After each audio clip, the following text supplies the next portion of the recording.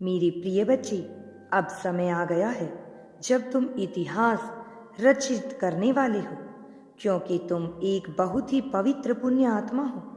ब्रह्मांड अब तुम्हें निरंतर पुकार रहा है, क्योंकि आध्यात्मिक ऊर्जा से परिपूर्ण अणुओं ने तुम्हें घेर रखा है, जो लगातार तुम्हारे अस्थिर मन को स्थिरता प्रदान कर रही हैं। उससे तुम्हें लड़ने का साहस प्रदान कर रहे हैं।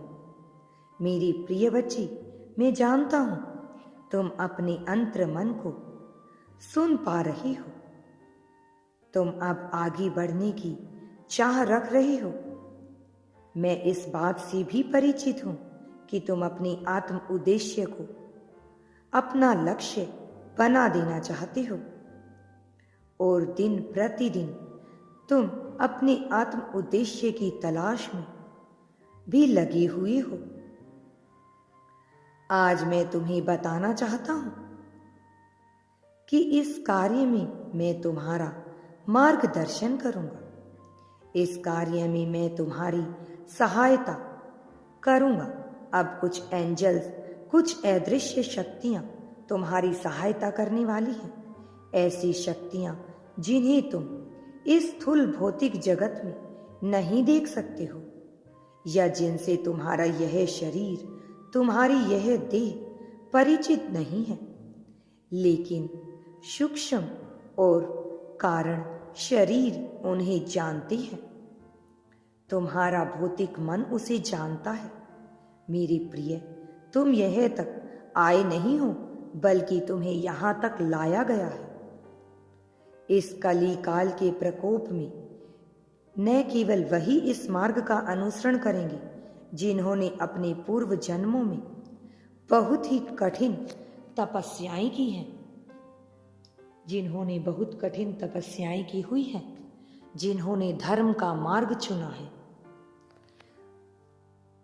जो परोपकार और मानवता को चुने हुए थे। इसलिए आज ब्रह्मांड ने उन्हें स्वयं ही चुन लिया है।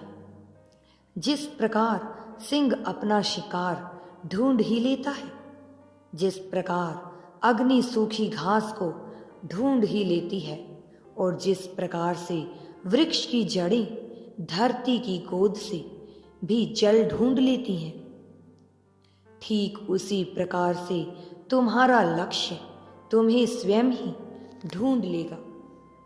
मेरे बच्चे, अब तुम्हें चिंता की आवश्यकता नहीं है।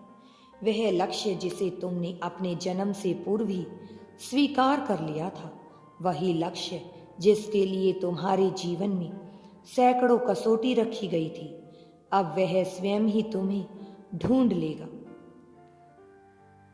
तुम इतिहास पढ़ने के लिए नहीं बने हो मेरे बच्चे, बल्कि इतिहास रचने के लिए आए हो। मेरे प्रिय, अब तुम ऐसा महसूस कर पाओगे कि हवाएं शीत लहर जोरों से चलेगी तुम्हें बहाने को, पर हर बार तुम संभल जाओगे। तुम अपने आप को संभाल लोगे, क्योंकि तुम्हारे साथ मैं सदा रहूंगा। तुम्हारे समक्ष मेरे अदृश्य, मेरे दृश्य ऐसे सत्य और ऐसे चेहरे आएंगे जो तुम्हें व्यथित, विचलित, चिंतित कर सकते हैं। एक पल के लिए तुम भले ही डगमगा जाओगे, लेकिन उसी क्षण मैं तुम्हें थाम लूंगा। मैं तुम्हें हारने नहीं दूंगा और फिर से नवीन ऊर्जा से तुम भर जाओगे। फिर से सकारात्मकता की आंधी में बह निकलोगे।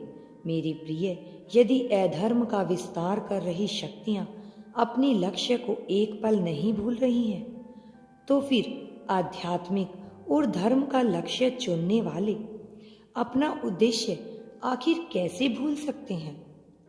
जिसने धर्म का मार्ग चुन लिया हो, उसे फिर यह संसार की सूक्ष्म चीजें कैसे ही हरा पाएंगे?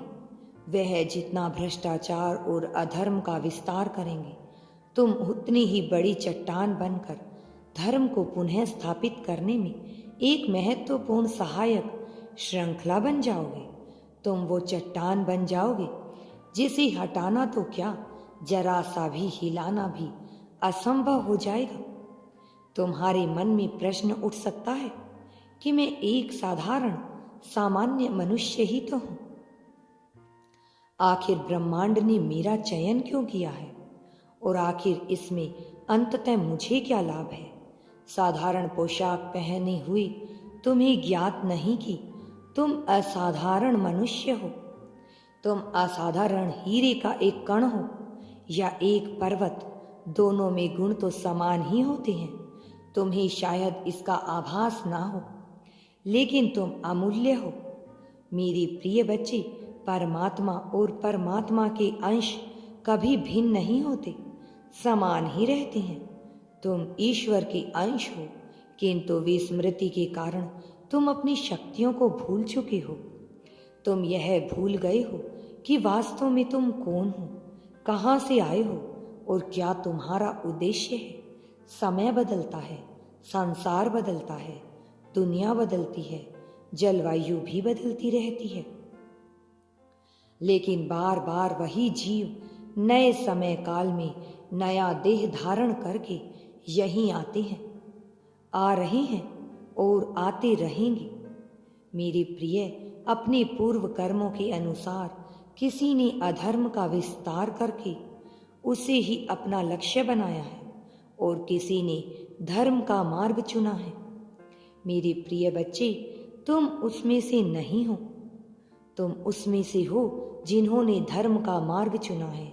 अधर्म चुनने वाले प्रारंभिक सफलता प्राप्त करने के बाद ऐसी दुर्गति को प्राप्त होते हैं कि कभी उनका परोपकार नहीं हो सकता है और ऐसी अग्नि में जलते हैं जिससे निकलना असंभव हो जाता है और वह निरंतर अधर्म का ही ख्याल करते हैं और अधर्म में ही डूब जाते हैं। मेरे प्रिय, वह संसार के सारे चैन सुख पा करके भी सुकून से नहीं जी पाते, लेकिन जिन्होंने धर्म को अपना जीवन समर्पित किया है वह प्रारंभिक क्षण में भले ही संघर्ष को पाए, लेकिन अंततः वही इतिहास रचते हैं। ब्रह्मांड की सहायता श्रृंखला बनकर सम्मान से अपने घर, अपने ईश्वर के पास वापस लौट आते हैं। मेरे प्रिय बच्चे, सदा सर्वदा के लिए तुम सुख को प्राप्त करोगे, ऐसा सुख जो इस भौतिक जगत में कहीं भी विद्यमान नहीं है। तुम्हारी जीत होने वाली है। कभी न मरने वाला शरीर, कभी न खत्म होने वाला समय और कभी न खत्म हो जाने वाला ऐसा परमानंद जिस नगरी में बहता है वही परमात्मा का देश है और तुम उसी देश के वासी हो। अगर तुम यूनिवर्स पर विश्वास करते हो तो कमेंट में धन्यवाद यूनिवर्स लिखकर चैनल को सब्सक्राइब करो। तुम्हारा कल्याण होगा, तुम्हारी विजय भी निश्चित है। मेरे बच्चे, तुमने जो धर्म का मार्ग चुना है उसके लिए तुम्हें अब जन्मों जन्मों तक सर्वदा सुख की प्राप्ति होती रहेगी। तुम जीत को प्राप्त करोगे